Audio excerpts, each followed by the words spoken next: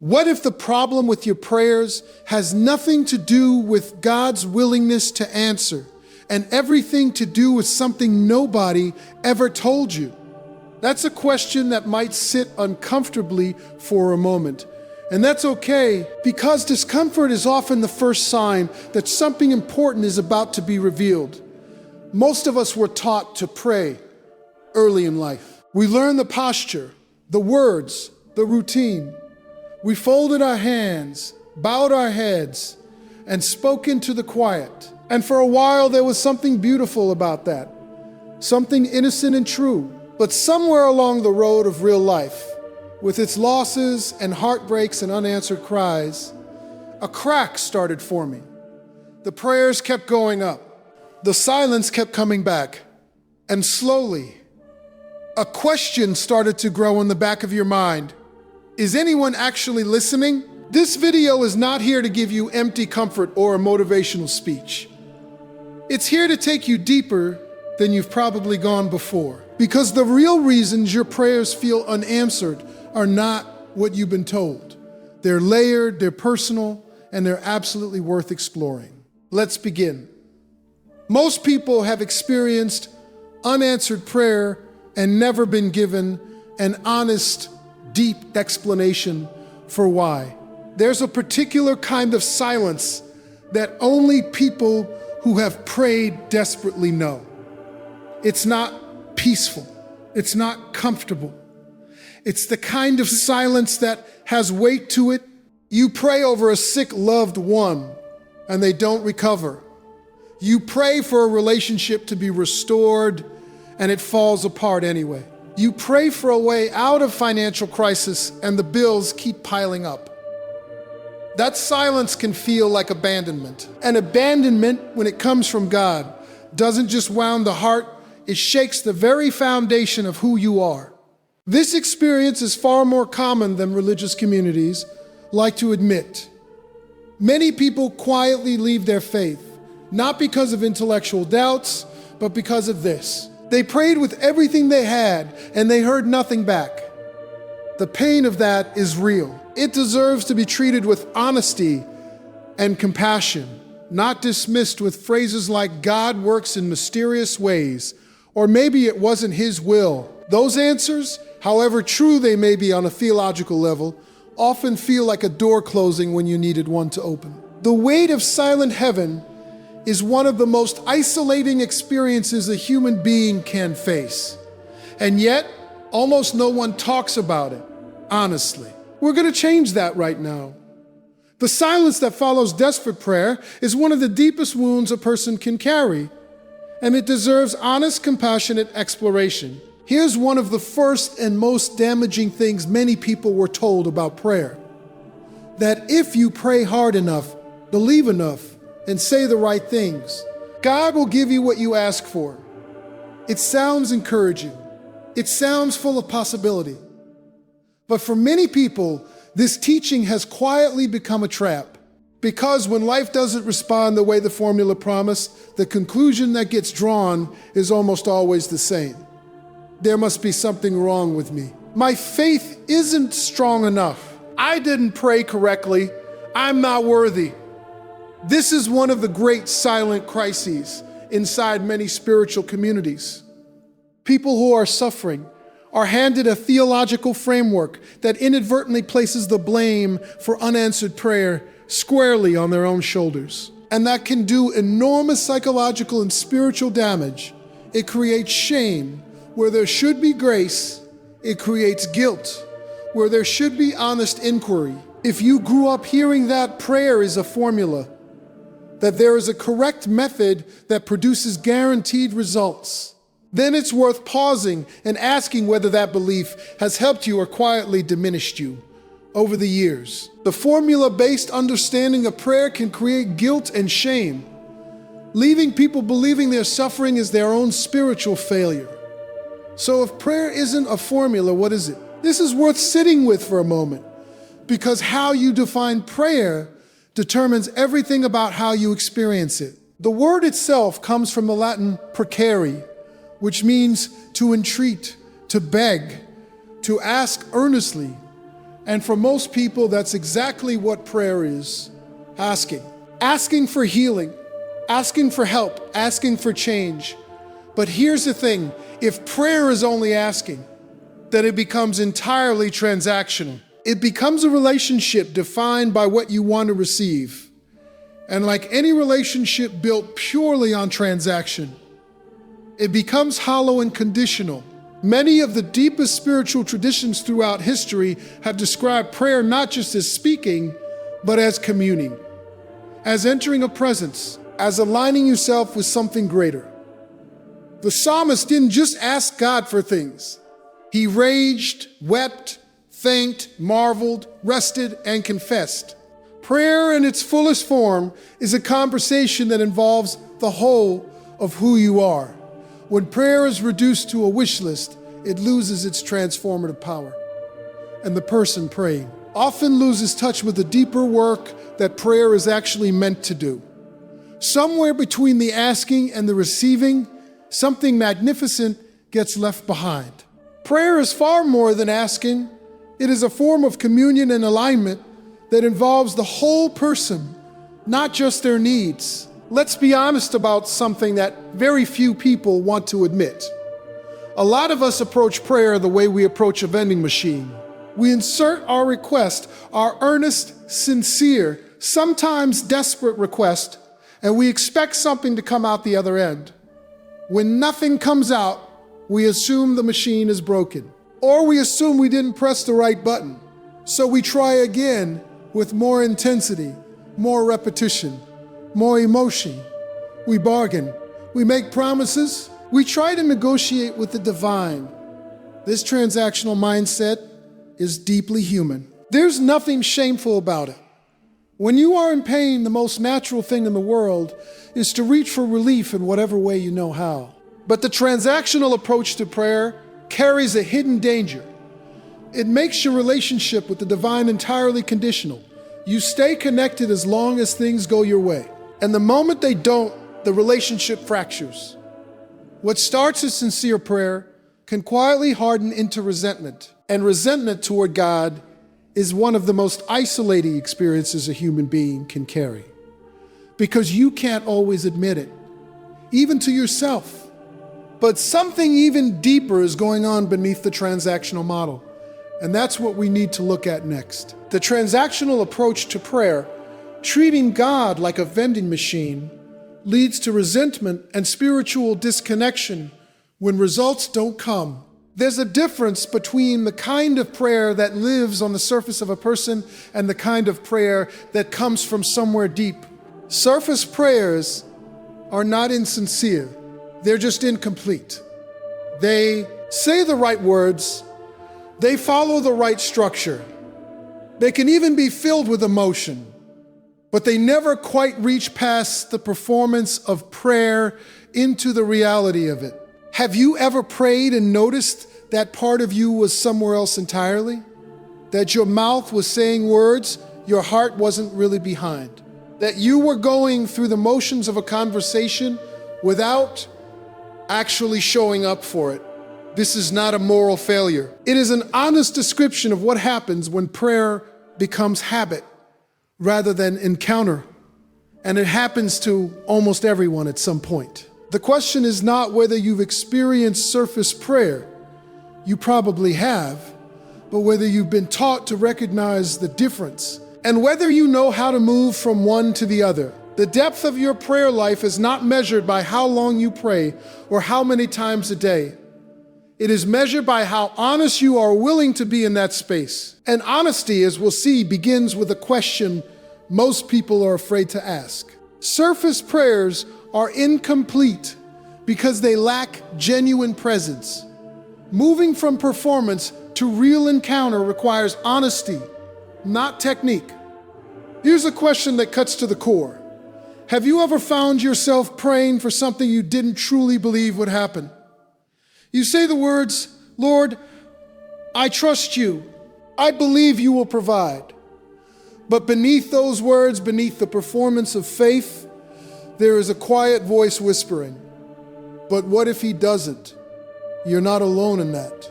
In fact, this hidden contradiction between spoken belief and felt belief is one of the most common and least talked about barriers to prayer. It's not hypocrisy, at least not the conscious kind. It's the gap between the belief you're supposed to have and the belief you actually carry in your body, in your history, in the accumulated experiences of disappointment. When you've been let down before by life, by people, by circumstances, the heart develops its own protective layer of skepticism. And that layer doesn't disappear just because you choose to pray. It sits there beneath the words, quietly undermining them, until you're honest about that gap, until you stop pretending to believe and start acknowledging where you actually are. The gap doesn't close, it widens. And there's actually something powerful waiting in that gap. If you're willing to look at it honestly, praying words you don't truly believe creates a hidden contradiction that quietly undermines the sincerity and effectiveness of prayer. Doubt is one of the most misunderstood elements of faith. It's been treated as the enemy, the thing that cancels out prayer, the force that blocks answers. If you have faith the size of a mustard seed, we've been told, and so the conclusion drawn is that doubt is the problem. If you just had less doubt, your prayers would be answered. But consider this. Some of the most spiritually profound figures in history were marked not by the absence of doubt, but by their willingness to bring their doubt directly into the conversation with God. Elijah sat under a broom tree and asked for death. Job demanded answers. Thomas refused to believe without evidence, and in every case, the response was not rejection. It was engagement. There's a profound difference between doubt that leads you away from God and doubt that you bring honestly to God. One is the closed door. The other is actually a form of prayer, raw, unpolished, real. The person who says, God, I don't know if you're there, but I'm talking anyway, may be engaging in one of the most honest and powerful forms of prayer there is. Doubt doesn't disqualify you. Used rightly, it is the doorway into something deeper than comfortable certainty ever reaches. Doubt brought honestly to God is not the op. Positive prayer, it can be one of its most authentic and powerful expressions. There's a deeper question underneath, the question of unanswered prayer. And it's one most people never actually ask themselves. It's this: what do you really want? Not what you think you should want.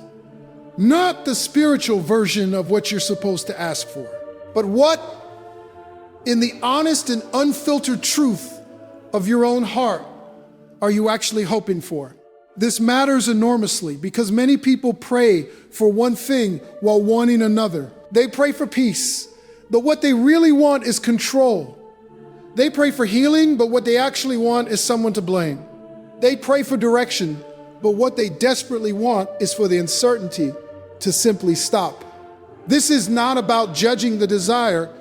Every desire has its root in a real need. But when your spoken prayer and your actual desire are pointing in different directions, there is a kind of internal friction that makes genuine prayer almost impossible. It's like trying to drive a car with your foot on the gas and the brake at the same time. Before you can pray with clarity and depth, you need to be honest enough with yourself to know what you're actually asking for.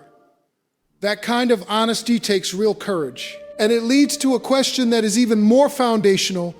Are the words coming out of your mouth actually aligned with your whole interior self? Many prayers are complicated by the gap between what people say they want and what they actually want.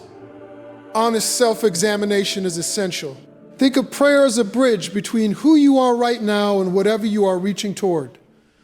For that bridge to hold weight, it needs to be built from the same material on both ends. What that means is this: there has to be alignment between what you say when you pray and what you actually feel, believe, and intend. When those things are out of sight, when your words are pointing one direction and your heart is pointing another, The bridge doesn't connect. It dangles in the air, reaching towards something it can never quite touch.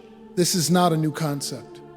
Ancient wisdom from across many traditions has emphasized the importance of praying from the center of the self, not just the surface. Not just the surface. The Hebrew word for heart in the Old Testament, lev, encompasses the mind, will, emotions, and the deepest self. Not just the feelings, the whole interior person. When Jesus spoke about praying with faith, he was not describing a mental exercise or an emotional performance. He was describing a state of wholeness, a moment when everything inside you is pointed in the same direction. That kind of alignment doesn't happen automatically. It has to be cultivated. And it begins with honesty, the very thing we'll keep returning to as we go deeper into what is really getting in the way. True prayer requires alignment between the heart and the words. When the interior self is unified, prayer becomes genuinely powerful. Here's something nobody told you in Sunday school. It's almost impossible to pray with depth when the inside of your mind looks like a crowded highway at rush hour. We live in an age of relentless noise, notifications, responsibilities, worries, regrets, plans, fears. They all compete for the same mental space. And prayer, the kind of prayer that actually reaches something real, requires a quality of interior quiet that most modern people have never been taught to cultivate. It's not that God can't hear you when you're distracted. It's that you can't hear yourself, and that makes genuine prayer nearly impossible. Think about a conversation you've had with someone who is simultaneously checking their phone, responding to messages, and nodding vaguely in your direction. Did you feel heard? Did you feel like, yo? That's what distracted prayer looks like. That's what distracted prayer looks like from the inside. Your words might be going up, but you're not actually present for them. And presence, genuine, focused interior presence, is not just a courtesy in prayer. It's the foundation. Without it, prayer becomes background noise. And background noise, no matter how sincerely intended, rarely produces anything transformative. But there's a physiological reason why silence is so hard to find, and it goes deeper than distraction. Interior noise and distraction prevent genuine prayer. Learning to cultivate stillness is not optional.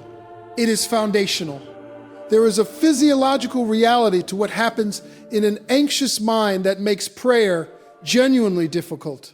When the nervous system is in a state of high alert, when anxiety is running the show, the brain is primarily focused on survival, threat detection, worst-case scenarios, the looping replay of fears. In that state, the part of the brain responsible for deeper processing, creativity, and connection is essentially offline. The window for genuine contemplative experience, the kind of inner openness that allows prayer to be more than a monologue, becomes very narrow. This isn't just psychology. The ancient mystics, without having the science, recognized this truth intuitively. Be still and know that I am God. That verse has been quoted so often, it's lost its edge. But read it again. Be still, not busy, not anxious, not rehearsing your prayer list. Still, the knowing, the actual experiential connection comes in the stillness. When anxiety is driving, the soul is in the back seat. Strapped in and terrified, it can speak. It can cry out, but it cannot rest into the deeper place where communion actually happens. Addressing your anxiety is not a detour from your prayer life. It is, for many people, the very beginning of it. The path forward runs directly through the noise. Anxiety closes the inner space where genuine prayer happens. Learning to regulate the nervous system is a spiritual practice, not just a psychological one. Stillness is probably the most countercultural thing a person can practice in the modern world. Everything around you is designed to demand your attention. Every screen, every notification, every headline is engineered to pull you out of your interior and into the reactive surface of life. Against that constant pull, choosing stillness is an act of deliberate resistance. And yet, across every major spiritual tradition, Christianity, Islam, Judaism, Buddhism, Sufism, stillness is not optional. It is treated as the prerequisite for any genuine encounter with the divine. The Quakers built their entire worship practice around it. The Desert Fathers retreated to the wilderness to find it. The Islamic concept of khushu, the deep humility and focus required in prayer, is essentially a call to interior stillness. The Jewish practice of hitbonenut, deep contemplation, seeks the same quality. This is not a coincidence. These traditions developed independently. Across centuries and continents, these traditions developed. And they all arrived at the same understanding. You have to become quiet on the inside before you can hear anything real. And here's the challenging part. Most of us have no idea how to do that because no one ever taught us. And there is another layer beneath the noise, one that goes far deeper than simple distraction. Stillness is the common thread across all major spiritual traditions.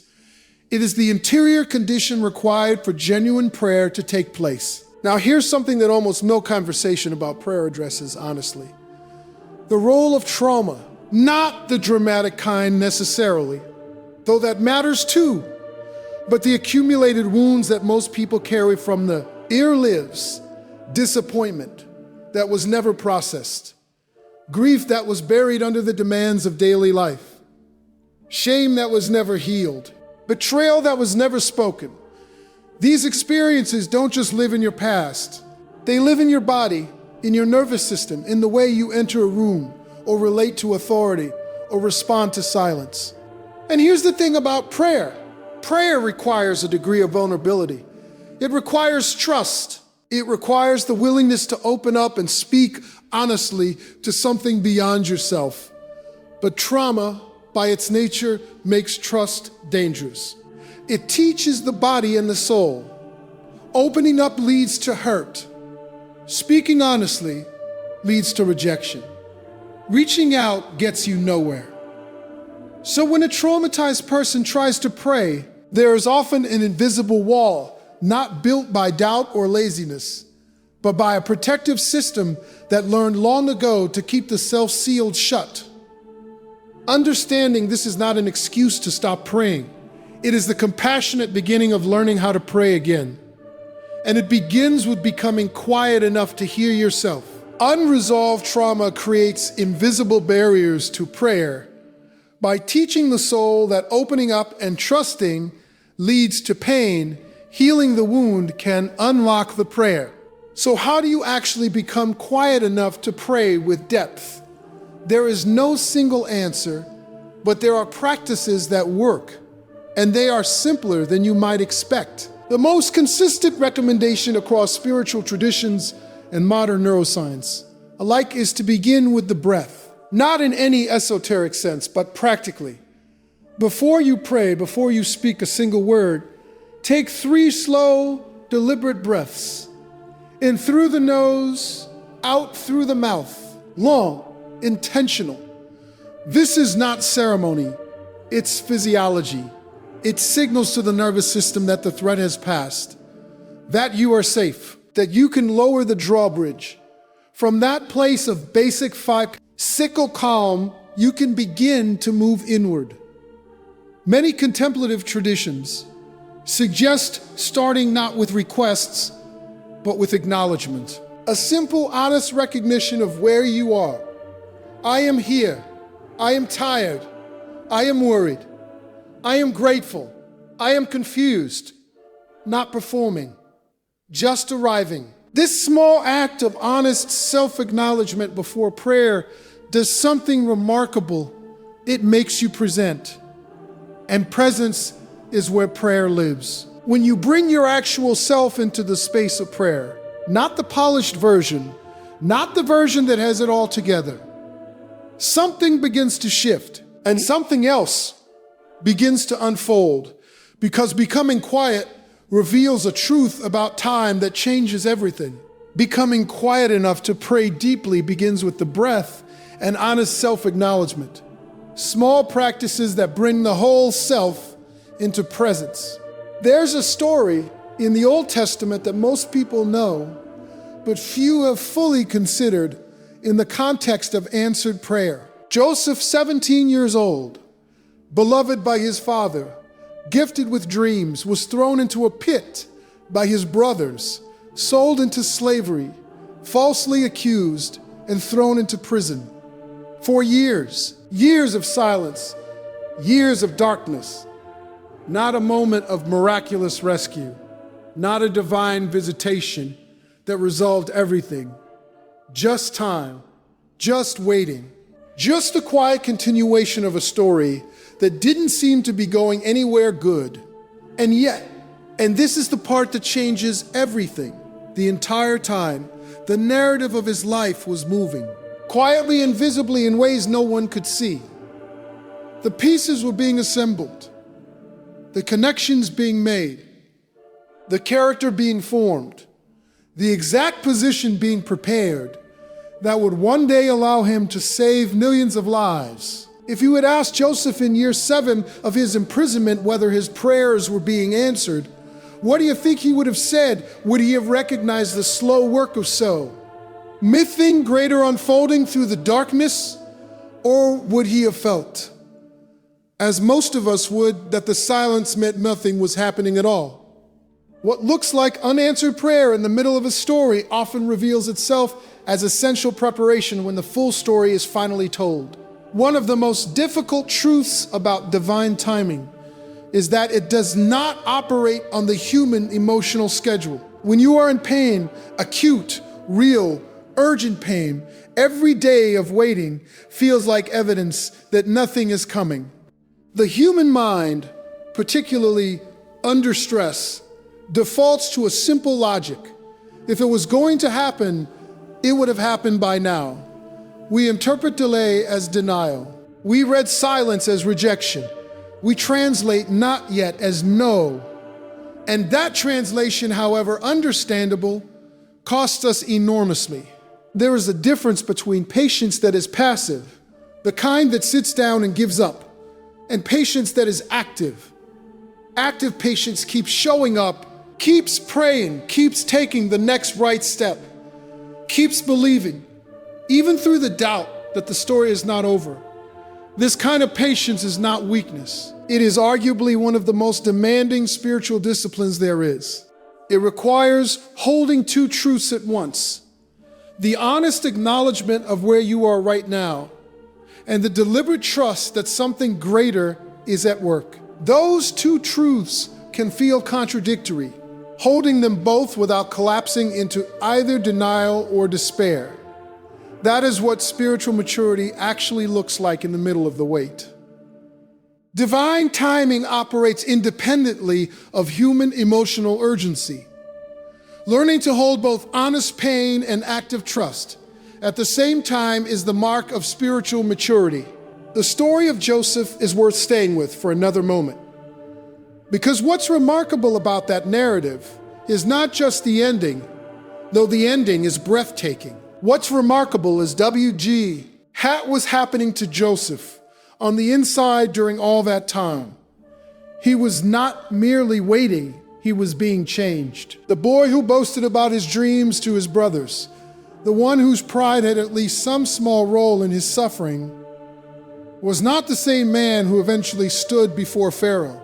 The years had done their work. The darkness had stripped away something and deposited something better in its place. This is not a comfortable teaching. Most of us would prefer the short story. The prayer prayed on Monday, the answer delivered by Thursday, the testimony shared on Sunday. And sometimes that is how it goes. But often, more often than we like, the answer to prayer is not a delivery. It's a process. It's a transformation. The thing you prayed for might come, but first you will be made into the person capable of carrying it. That is not cruelty. That is, from a certain perspective, the deepest form of answer there is. The request is honored by preparing the one who asked. And the waiting period is never wasted, unless it is simply endured rather than inhabited. The waiting period of unanswered prayer is often the period of formation. The answer may be the transformation of the person praying, not just the granting of the request. What actually happens to a person while they wait? This is a question worth asking, because waiting is not passive. It changes you. The question is, which direction? Waiting without trust tends to produce bitterness. The longer the silence continues, the harder the heart can become. Every unanswered prayer adds another layer of protective armor. The prayer life becomes smaller, more guarded, more conditional. I'll believe when I see it. This is one of the saddest trajectories a spiritual life can take. Not because the person stopped believing, but because the wound of waiting was never understood or processed. But waiting with trust, active, honest, vulnerable trust, tends to do something entirely different. It deepens. It stretches the soul in ways that comfort never could. It teaches you things about yourself that prosperity would never reveal. It builds a kind of quiet, unshakable knowing that isn't the result of everything going your way. It's the result of having been in the dark and discovering that the dark was not the end. The most profoundly spiritual people most of us have ever met are rarely those whose prayers were always answered quickly. They are the ones who waited, wrestled, wept, and came out the other side more whole, not less. An understanding that changes everything about how you hold the weight. Waiting reshapes a person. The direction of that reshaping depends entirely on whether the weight is held in bitterness or in active, honest trust. There's a phrase that gets used a lot in spiritual circles. Trust the process. It's become so common, it almost feels like a cliche. But strip away the overuse, and there's something genuinely profound in those three words. Trusting the process means releasing your grip on the outcome. It means accepting that you cannot see the full story from where you're standing. It means allowing the possibility that what looks like failure from your position might look very different from a higher vantage point. This is not naivety. It is not blind optimism that refuses to acknowledge pain. It is something harder and more honest than that. Trusting the process means bringing your grief to the table. Saying, I don't understand this. I don't like this. I didn't ask for this. And in the same breath saying, but I am willing to believe that something I cannot yet see is at work. That combination, honesty and surrender held together, is the heartbeat of genuine spiritual trust. It's not easy. It may be the hardest thing a human being can do, but it is also, for those who manage it, one of the most liberating. Because the moment you release the death grip on the outcome, something inside you breathes again. And in that breath, prayer becomes possible in a whole new way. But there's still a gap we haven't fully addressed. The gap between believing in God and actually believing Him. Trusting the process means holding honest pain and deliberate surrender together. A combination that releases the soul into a new kind of freedom and deeper prayer. There's a distinction that sounds subtle but changes everything. The difference between believing in God and believing God. Most people who pray believe in God. They acknowledge that He exists. They accept the basic framework. But believing God, actually trusting what He has said, actually receiving what He has promised, is a different thing entirely. And it is that second kind of faith that most prayer conversations never quite reach. Think of it this way. You might believe that a doctor is real. You might even believe they are competent. But if you don't trust them enough to take the medicine they prescribe, the belief does nothing for your health. In the same way, intellectual acknowledgement of God's existence is not the same as the lived, active trust that shapes decisions, silences fear, and allows prayer to come from a place of genuine expectation. This is what the New Testament calls pistis, a trust that is not just intellectual, but relational, active, and embodied. It is the kind of faith demonstrated in action, not just in confession. And for many people, this is the exact gap between prayers that stay on the surface and prayers that go somewhere real. And it turns out that gap is much more accessible than most people think. Believing in God and believing God are two different things. Genuine faith is active, relational, and embodied, not merely intellectual. The famous verse about faith moving mountains has been quoted so many times that its impact has been dulled. But read it as if for the first time and let it be strange. Jesus says that if you have faith, even a tiny amount, even a seed, and you speak to a mountain, it moves.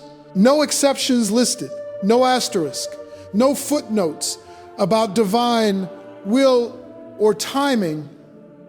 The statement is sweeping, almost absurdly generous. And yet experience tells most of us something more complicated. Mountains don't always move, not visibly, not in the time frame we need. So what is this verse actually saying? Is it a promise, a principle, a hyperbole? Theologians have argued about it for centuries. But here's one reading that doesn't get enough attention. Maybe the mountain is not always external. Maybe the mountain that genuine faith moves is first and foremost inside you. The mountain of fear, the mountain of shame, the mountain of self-limiting belief, the mountain of past hurt that tells you nothing good is possible for you. When faith, real faith, not performed faith, rises in a person, the first thing it does is begin to change the interior landscape. And from a changed interior, changed prayers emerge. And from changed prayers, changed outcomes often follow in time. The mountain that faith moves may be first and foremost an interior. One genuine faith changes the inner landscape before it changes the outer circumstances. One of the most interesting forms that doubt takes is the kind that wears the clothing of wisdom. It sounds like discernment. It sounds like realistic thinking. I've been here before. I've prayed for this before. I've seen how this usually goes. There's a voice inside many experienced believers that has, over time, learned to protect itself against hope, because hope that was disappointed hurt. So the voice learned to preempt the disappointment by never fully opping in the first place. And it justifies this as maturity, as realism, as having been around long enough to know better. But there's a difference between the hard-won wisdom that comes from genuine experience with God, the deep trust that says, even if this doesn't go the way I want, I know who I'm dealing with, and the self-protective skepticism that says, I'll keep my expectations low so I can't be hurt again. One is faith that has been tested and deepened. The other is the calcification of an old wound. Learning to tell the difference in yourself is one of the most important pieces of inner work a person can do. Because the second one doesn't just affect your prayers, it affects your entire life. Every relationship, every risk, every reach towards something worth having. What feels like spiritual realism is sometimes a self-protective skepticism in disguise. Learning to distinguish between tested faith and calcified disappointment is crucial. So how do you actually build genuine belief? Not the performed version, not the confession-only version, but the kind of deep, lived trust that changes how you pray and how you live. This is not a question with a quick answer, but there are honest starting points. The first is to revisit your history with care and attention. Not to rehearse the disappointments, though those need to be acknowledged, but to look with equal honesty at the moments when something came through. The times when circumstances shifted in a direction you couldn't have engineered. The connections that arrived when you needed them. The strength that appeared when you were sure you had none left. Memory is one of the primary tools of faith. The entire book of Psalms is soaked with it, the writers returning again and again to what God had done in the past as the foundation for trusting what God could do in the present. This is not denial of current pain. It is the deliberate choice to hold current pain alongside a wider story. Second, build new experiences of trust. This means praying for small things and paying attention when they happen. It means choosing faith on a Tuesday, not just in a crisis. Genuine belief is not downloaded. It is grown through small daily choices over time. And then it produces something that nothing else quite can. Genuine belief is built through honest memory of past faithfulness and through small, deliberate daily choices to trust. It is grown, not granted. History is full of people who prayed from a place of genuine, unshakable belief and were transformed by it. Not always in the way they expected, not always in the time frame they hoped for, but transformed nonetheless. Harriet Tubman prayed constantly and said she heard the voice of God guiding her through the Underground Railroad, leading dozens of enslaved people to freedom. George Muller ran orphanages in Victorian England entirely on prayer, refusing to ask anyone for money and receiving enough consistently, remarkably, to feed and house thousands of children over a lifetime. Corrie ten Boom emerged from a Nazi concentration camp speaking not of bitterness, but of a love she said she could not have manufactured on her own. What do these people have in common? They prayed from a place that wasn't performing faith. They were living it. They had not been spared suffering. In many cases, they had suffered profoundly. But their prayers came from the deepest place possible, from a self that had been emptied of the illusion of control and had found in that emptying something inexhaustible. Their stories are not there to make you feel inadequate. They are invitations. They are evidence that this kind of prayer is real, that it is possible, and that it produces something that no other human practice quite matches. Now look at the invisible walls that most people never realize they've built. The lives of those who prayed from genuine belief tell a consistent story, transformation, not always rescue, and a love and strength that the self alone could never produce. Now here is a topic that many people avoid, but that cannot be skipped in any honest conversation about unanswered prayer. Unforgiveness, not as a moral judgment, not to shame anyone, but as a genuine practical barrier that many people carry without fully realizing how much it costs them. The spiritual traditions are remarkably consistent on this point.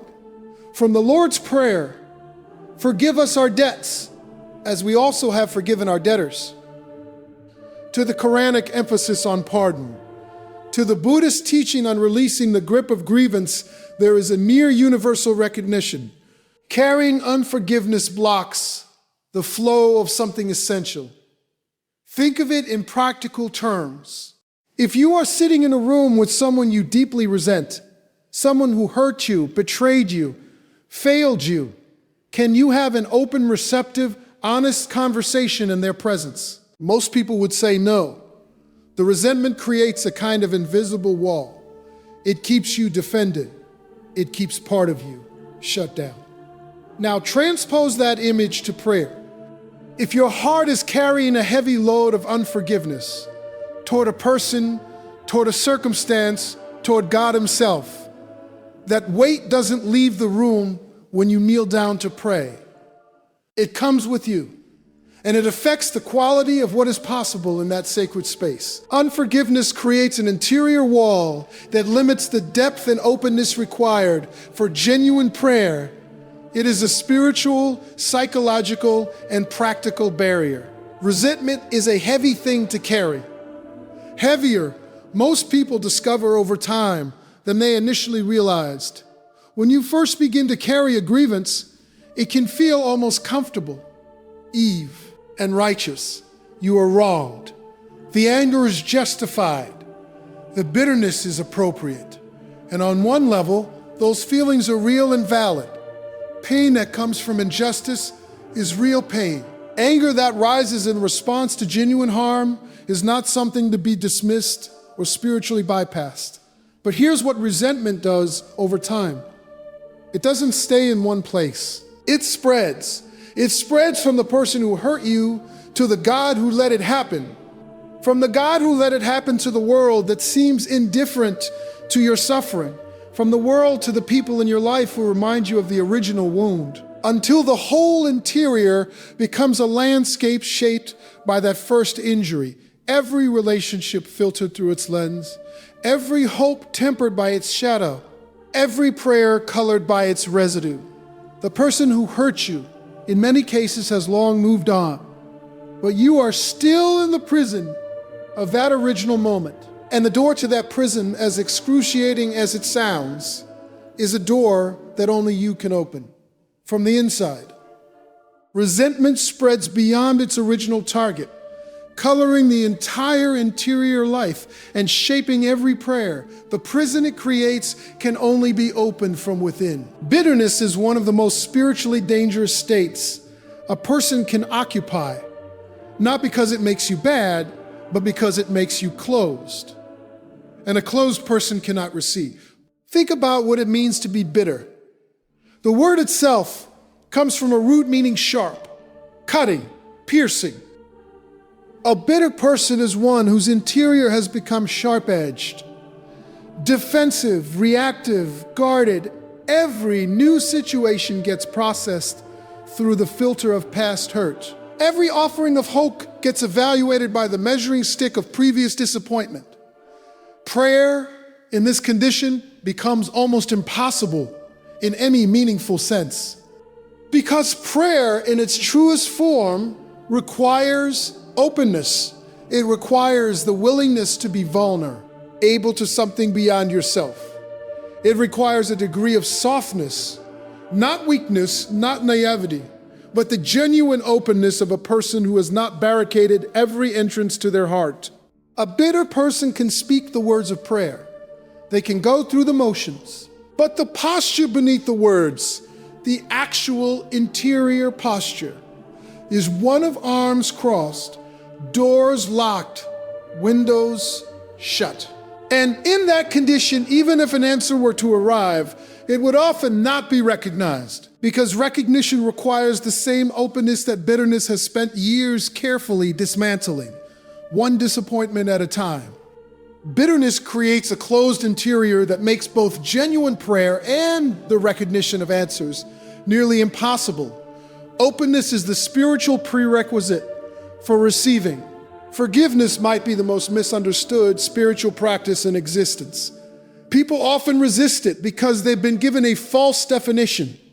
They've been told that forgiving means excusing what was done, that it means saying the harm was okay, that it means reconciling with the person who hurt you, offering them continued access to your life, pretending the past didn't happen.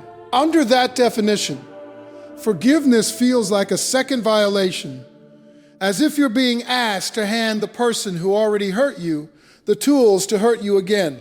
But that is not what forgiveness is. The most helpful definition, the one that actually makes it possible, is this. Forgiveness is the decision to stop letting what someone did to you continue to define the shape of your interior. It is not for them, it is for you. It is the choice to unchain yourself from the moment that hurt you, so that it no longer has the power to contaminate every moment after. You can forgive someone without excusing them. You can forgive without reconciling. You can forgive while still having absolutely no contact with the person. What you are releasing is not them from accountability. It is yourself from captivity. It is yourself from captivity. And from that place of internal freedom, prayer becomes possible again in a way that it simply couldn't be before. Forgiveness is not excusing harm. It is releasing yourself from the captivity of the wound, and from that freedom, genuine prayer becomes possible again. There's something almost luminous about the interior space of a person who has genuinely let something go. You've probably encountered it in someone. Maybe you can think of a person right now who carries a certain quality of lightness despite having lived through genuinely hard things. There's an openness about them, a warmth, a kind of settled quality that seems independent of their circumstances. This is not the result of having an easy life. It is, almost always, the result of having done the deep work of releasing what they could not control. That clear-hearted quality, that interior spaciousness, is in spiritual terms one of the most favorable conditions for prayer that exists. Not because God plays favorites with the emotionally whole, but because a clear heart can ask with clarity. It can listen with receptivity. It can receive what is given without immediately filtering it through layers of old wound and defended self. This is what the medieval contemplatives called purity of heart. Not moral perfection, but the simplicity and singleness of a self that is not fragmented by unresolved grievance. Blessed are the pure in heart, Jesus said, for they shall see God, not one day in some distant future, in some meaningful experiential sense now. In the quiet of an open, unburdened interior, a clear heart, freed through the work of forgiveness, creates the interior spaciousness that allows prayer to be both given and received with full clarity and openness. Let's get into something that might be genuinely uncomfortable. What if some of your prayers haven't been answered because you were asking for the wrong things? Not morally wrong, not selfishly wrong, though that can be a factor, but functionally wrong. Wrong in the sense that what you were asking for, if it had arrived, would have actually made things worse. This is not a popular idea. We generally believe we know what we need. We come to prayer with fully formed requests. We have evaluated the situation. We have identified the solution, and we bring that solution to God and ask Him to execute it. But consider the limits of your own perspective. You are working with partial information at all times. You see the current moment and a limited version of your own past. You cannot see the full web of cause and effect your request would set in motion. You cannot see who else would be affected. You cannot see what that outcome would cost you in ways you don't yet anticipate. You cannot see what it would prevent from arriving. This is not a reason to stop praying with specificity. It is an invitation to hold your specific requests with a degree of openness, to bring your honest desire to the table while remaining genuinely receptive to the possibility that a wiser answer exists beyond what you can currently see. Some prayers go unanswered because the specific request, if granted, would have caused harm the person couldn't foresee. Holding desires with openness is a form of trust. There's a classic pattern of misaligned prayer that shows up again and again in spiritual history, and it usually involves one of two things: wanting to bypass pain, or wanting to control someone else. The first is entirely understandable. When you are in the middle of suffering, the most natural prayer in the world is make this stop. Remove the difficulty, end the discomfort, take away the thing that's hurting me. And sometimes that is exactly the right prayer. But sometimes the suffering is the path, and the prayer to remove it is a prayer to skip the very experience through which necessary change would come. The second is more uncomfortable to admit. Praying for someone else to change, behave differently, come back, stop, or start without their consent. These are among the most emotionally genuine prayers imaginable. The parent praying desperately for a child who has gone down a destructive path. The spouse praying for a partner who will not engage with the relationship. The friend praying for someone they love who is choosing harm. These prayers come from real love, but they are asking for something that in many cases would require overriding another person's free will. And the divine doesn't tend to work that way, not because it lacks the power, but because love without freedom isn't really love at all. Prayers to bypass necessary suffering or to control another person's choices often go unanswered, not from indifference, but from a deeper respect for growth and freedom. Here is a perspective shift that may be the most important one in this entire conversation. What would it be like to try to see your situation from a vantage point other than your own? Not to deny your pain or override your desire, but to genuinely ask, what does this look like from a perspective that can see more than I can? In the book of Job, one of the oldest and most profound explorations of unanswered prayer in human literature, God eventually speaks from the whirlwind. And what does he say? He doesn't explain. He doesn't give Job the behind-the-scenes account of the heavenly wager. Instead, he asks Job questions. Where were you when I laid the foundations of the earth? Can you direct the stars? Do you understand the ordinances of heaven? These are not cruel questions. Hey are, in the context of the whole story, a kind of compassionate reorientation, a gentle and enormous reminder that the frame of reference from which Job and all of us evaluates our lives is profoundly limited. This doesn't mean your pain doesn't matter. It does, deeply. But it does mean that your interpretation of what your pain means and what the silence means may be operating from a smaller frame than the actual story requires. God's perspective on your situation operates from a frame far larger than yours. The interpretation your pain is giving you may not be the full story.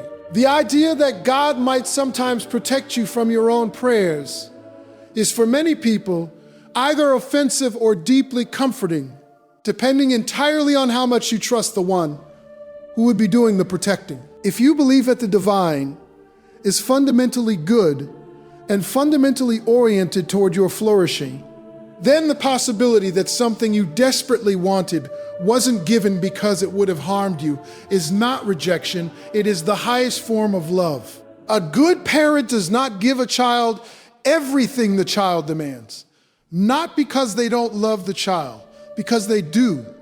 There are countless testimonies from people who, looking back, recognize that the very thing they prayed hardest for, the relationship, the job, the outcome, not happening was the best thing that ever happened to them, not because suffering is good, but because what arrived instead, or what they became in the absence of what they wanted, was something they couldn't have anticipated and wouldn't have traded. This kind of hindsight is not available in the middle of the wait.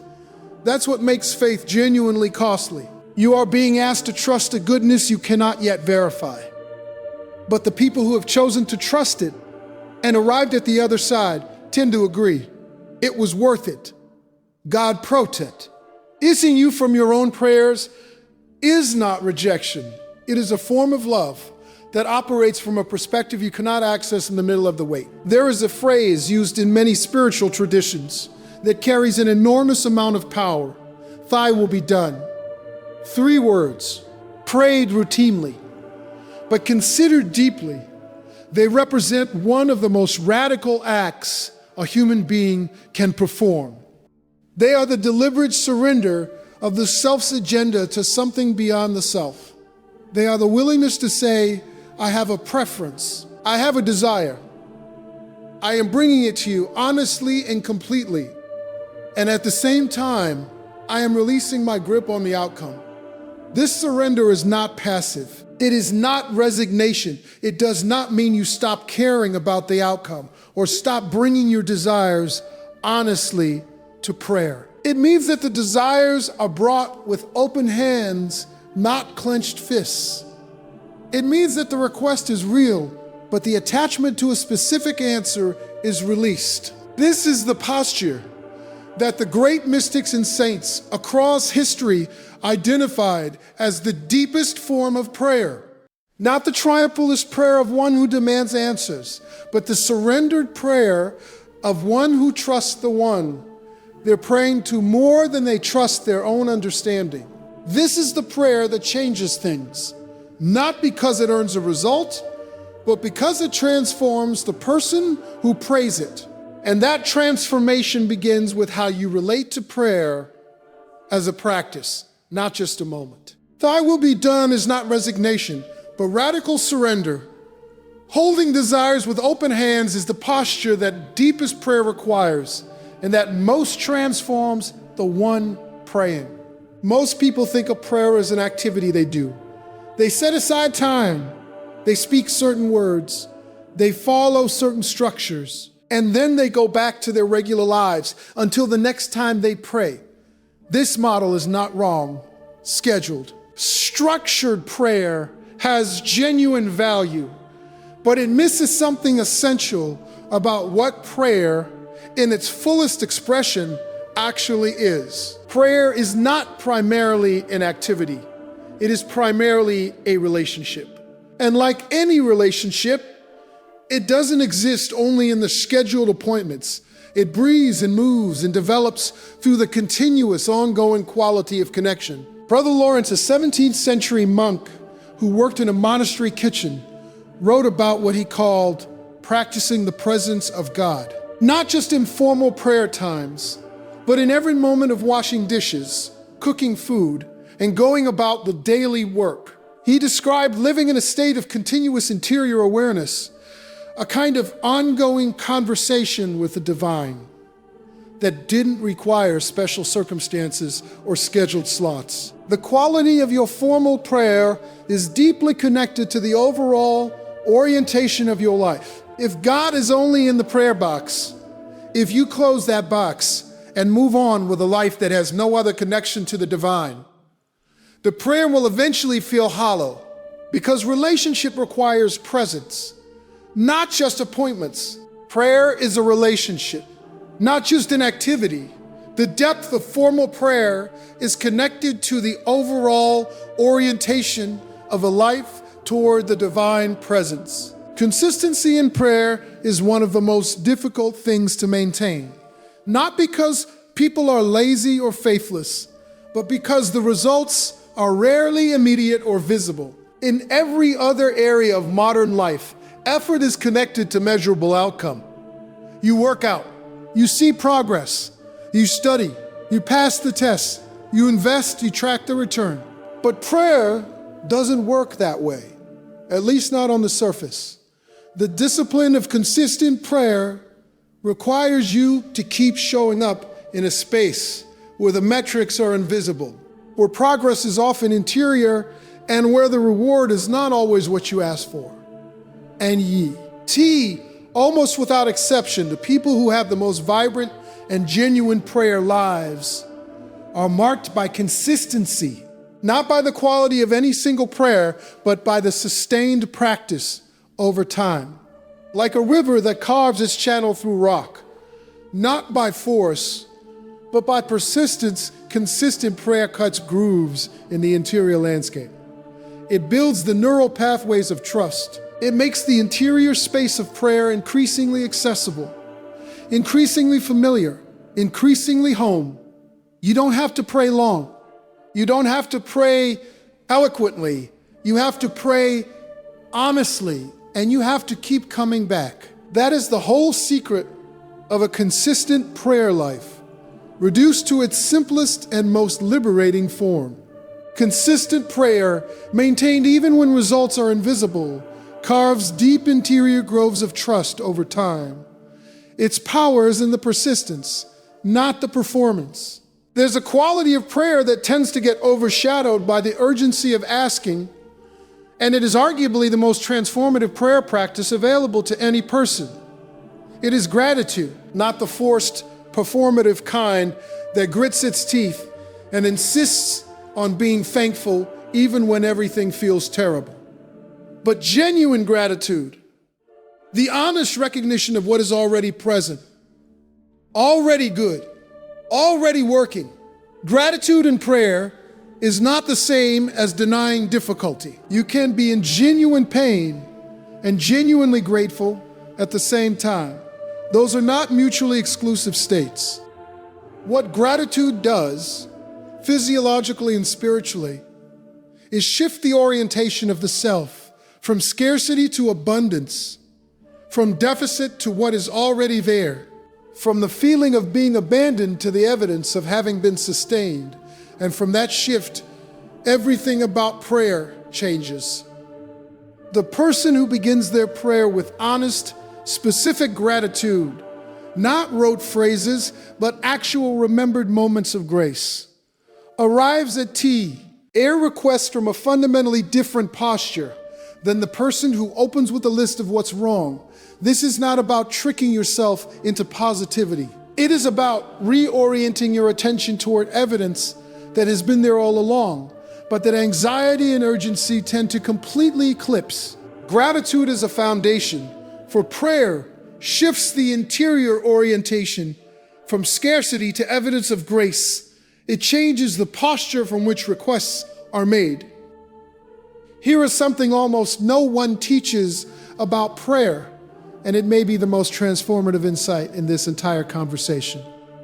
Prayer is supposed to involve listening, not just speaking. In most descriptions of prayer, the human speaks and God is presumed to receive. The communication flows in one direction. We bring our words to the divine and trust that they are heard. But what about the other direction? What about the possibility that the divine has something to say back? And what about the disturbing possibility that most of us in our prayer lives never actually stop talking long enough to hear it? The practice of listening prayer, sitting in silence after speaking, creating interior space for something to return, is as old as prayer itself and as neglected as anything in modern spiritual practice. It doesn't require hearing audible voices. It requires the willingness to sit in receptive quiet, to let the mind settle, to notice what arises, not anxious thoughts, not to-do lists, but the quieter movements of something deeper. A sense, a nudge, a word, an image, a warmth, a settling. Many people, on their first attempt at listening, prayer, are overwhelmed by how little they know how to be quiet. That's not failure. That's the beginning of learning one of the most important skills the spiritual life can develop. Prayer was never meant to be a monologue. Creating interior space to listen after speaking is one of the most neglected and transformative practices in the spiritual life. One of the most heartbreaking realizations a person can come to is this: some of your prayers have already been answered, and you missed them. Not because the answers weren't there, but because they didn't look the way you expected. You prayed for strength, and what came was not the feeling of power. It was a person who showed up and walked alongside you. You prayed for healing, and what came was not the instant removal of the illness, but the gradual return of something you thought was gone forever.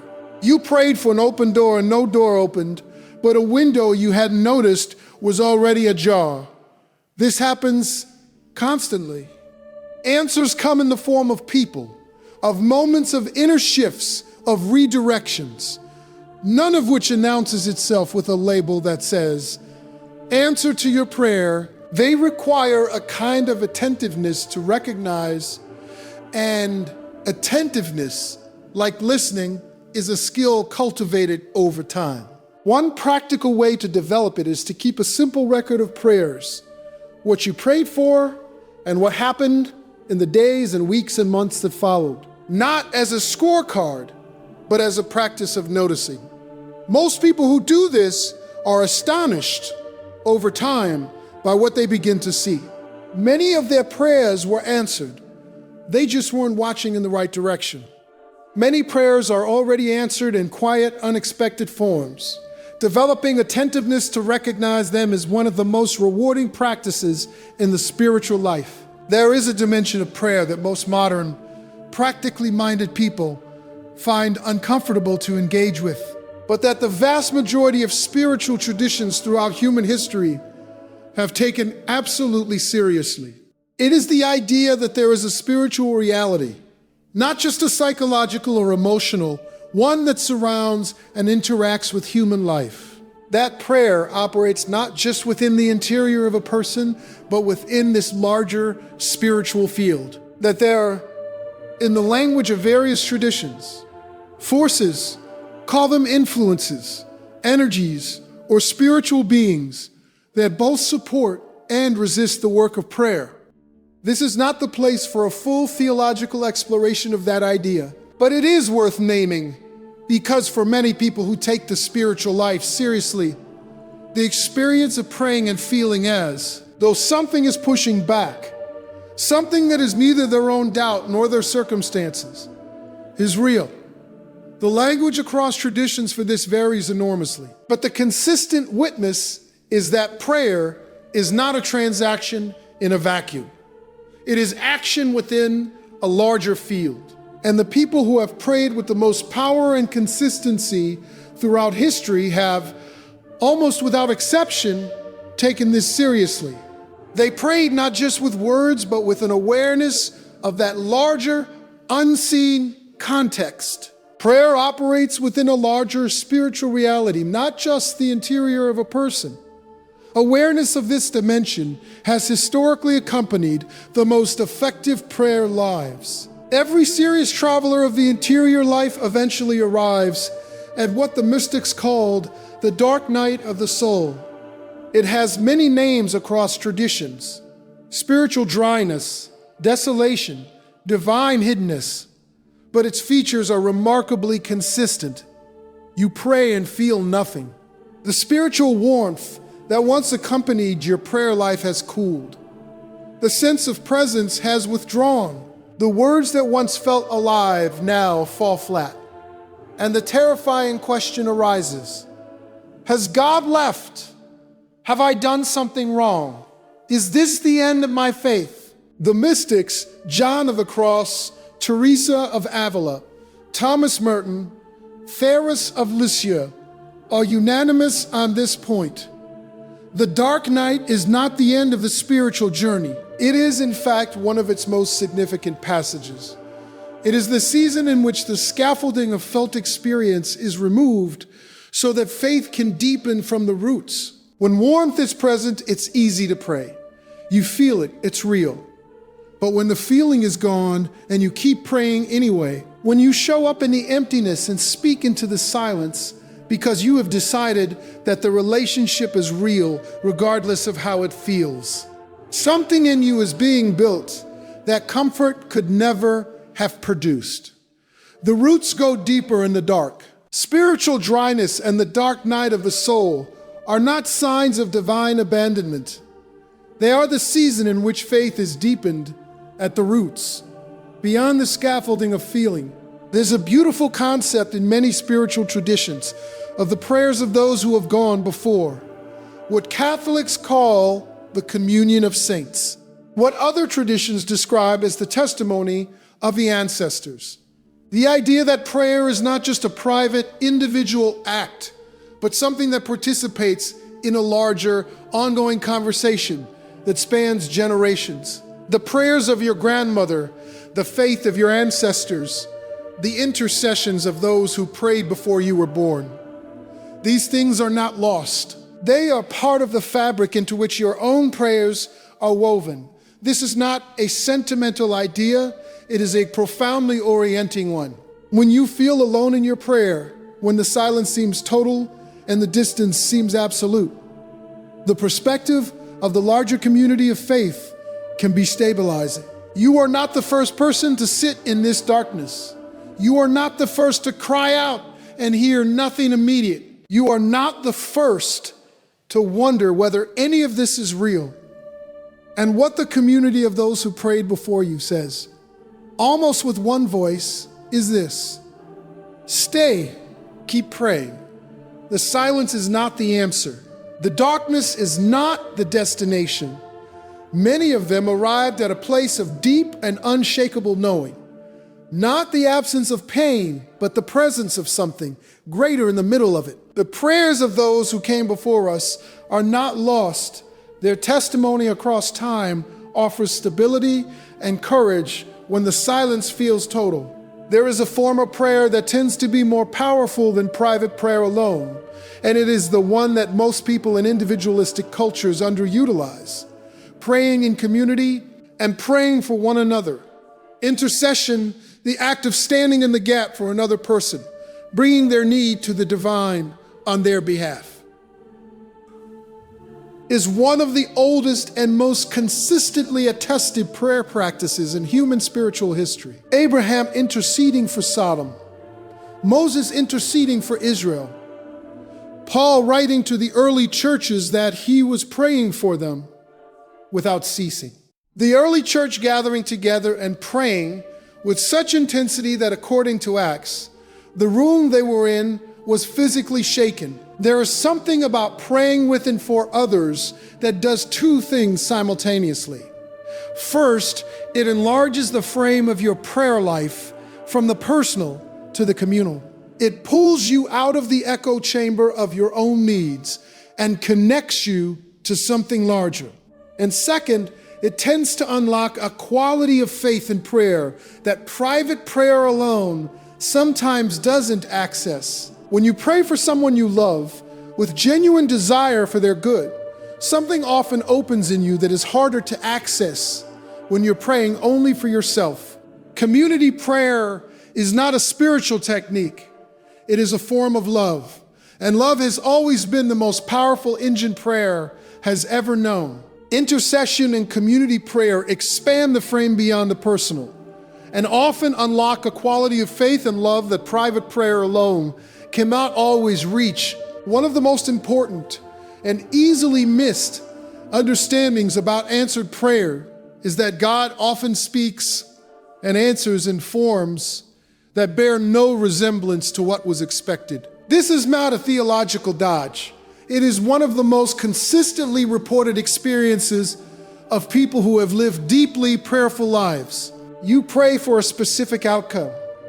What arrives is not the outcome, but an insight, a direction, a person, a disruption that turns out to be a redirection, a loss that opens a door that the thing you were holding would have permanently blocked. The woman who prayed for years for a specific relationship to be restored, and then, after it was not, found herself in the work she was always meant to be doing, and thriving in a way she never had before. The man who prayed desperately to keep his business from failing lost it anyway, and in that loss discovered what he actually wanted to do with his life. These are not consolation prize stories. They are genuine answers, delivered in the form that was actually needed, rather than the form that was actually needed, rather than the form that was requested. Learning to recognize these kinds of answers requires a different quality of attention, the attention of a person who is not just waiting for what they ordered, but who is genuinely watching for what love is delivering.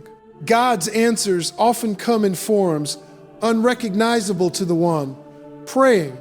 Developing the attentiveness to recognize non-standard answers is one of the deepest forms of spiritual growth. If you've arrived here feeling like your prayer life is damaged, or like you've been going through the motions for so long that you don't know how to make it real again, this is for you. The first thing to know is that there is nothing that has happened to you or in you that makes genuine prayer permanently impossible. Whatever has accumulated, the disappointments, the silences, the doubts, the wounds, the distance, none of it is beyond the reach of a genuine new beginning. The most fundamental requirement for rebuilding a prayer life is not a technique. It is honesty. Come as you actually are, not as you think you should be, not as the version of yourself that has it together and speaks the right language and knows the right posture. Come angry if you are angry. Come tired if you are tired. Come skeptical if you are skeptical. Come broken if you are broken. The tradition of lament, the anguished, honest prayer that says, "This is not okay and I need you to know it," is one of the oldest and most honored forms of prayer in existence. More than a third of the Psalms are laments. This is not the prayer of the spiritually immature. It is often the prayer that reeks something open. It is the prayer that real relationship is actually built on. Rebuilding a prayer life begins not with technique, but with honesty. Coming exactly as you are, including in anger and doubt, is the foundation of genuine spiritual reconnection. The new posture in prayer is not the posture of demand. It is not the posture of performance. It is the posture of a person who has come to the end of their own resources and discovered that this is not failure. It is arrival. There's a concept in many contemplative traditions called konos, the Greek word for self-emptying. It is the state of being poured out, of having nothing left to prove or protect. And the remarkable thing about this state, spiritually speaking, is that it is often the most receptive state of all. The vessel that is already full cannot receive more. The vessel that has been emptied can. This does not mean that suffering is good in itself or that God engineers pain for the purpose of emptying you. But it does mean that the moments of your life when you have nothing left, when the performance is over, when the pretense has collapsed, when you are standing in your most naked and honest state, those moments can become some of the most powerful prayer moments you ever have.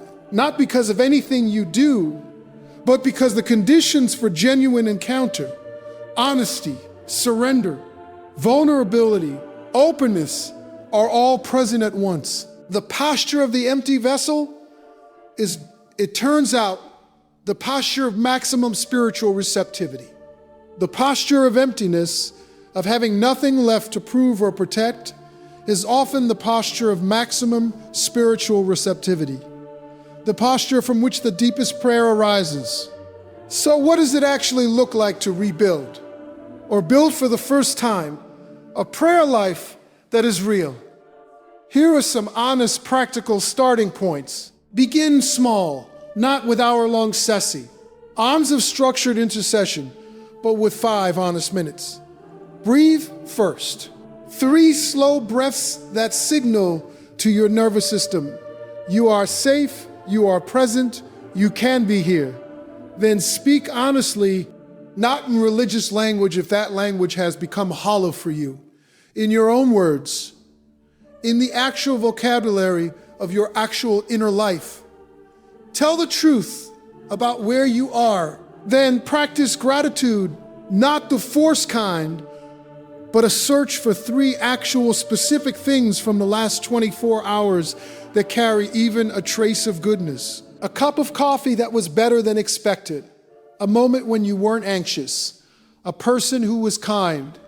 Small things count enormously. Then ask, honestly, openly, with your specific desire held in open hands. And then sit for 2 minutes, just sit in silence. Don't fill the space. Let something return or not, but create the space. Do this, not perfectly, not every single day, but with intention and with returning consistently. Over weeks and months, the practice takes root and prayer becomes home again. Rebuilding prayer begins with small, honest, consistent practices. Breathing, gratitude, honest asking, and silence that over time transform the practice from obligation into genuine connection. There are people alive right now who are exactly where you might be.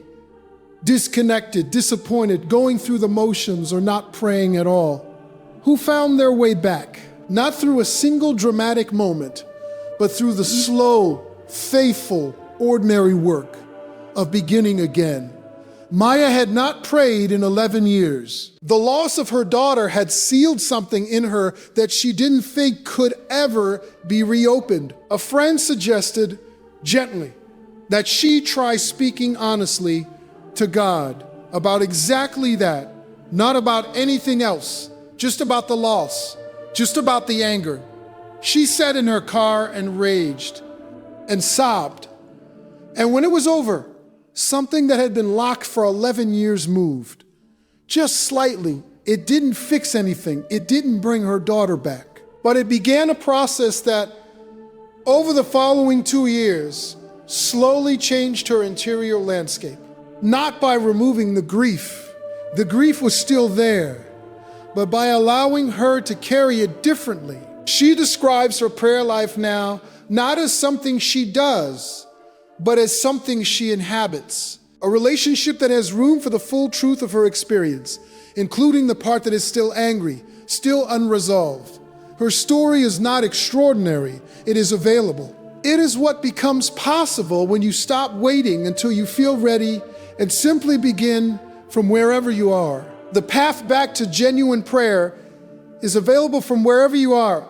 People who have walked through the deepest disconnection have found their way back by beginning with honesty. Here is what this entire conversation, distilled to its simplest and most honest form, has been about. Your prayers don't feel answered for reasons that have almost nothing to do with God's willingness and everything to do with the conditions, interior, relational, emotional, spiritual, that surround your prayer. The formula-based model of prayer has failed you. The transaction now mindset has cost you. The accumulated wounds, the unforgiveness, the distraction, the doubt dressed as wisdom, these are real barriers, and they are not permanent. The real reason your prayers feel unanswered is often this: somewhere along the way, prayer became separated from the whole of who you are. It became a box rather than a relationship, a performance rather than an encounter, a wish list rather than a conversation. And the work of reconnecting, of making prayer real again, is the work of reconnecting with yourself, with your honest desire, your unresolved grief, your real doubt, your actual gratitude, your genuine surrender. Prayer was never meant to be perfect. It was meant to be real. And real prayer, brought with honesty, sustained with consistency, offered with open hands, has a way of finding its answer, sometimes in what is given, often in who you become in the asking. That finally is the real reason and the real answer. The real reason prayers feel unanswered is their separation from the honest, whole self. Reconnecting prayer to your authentic interior is the beginning of a prayer life that is both real and transformative.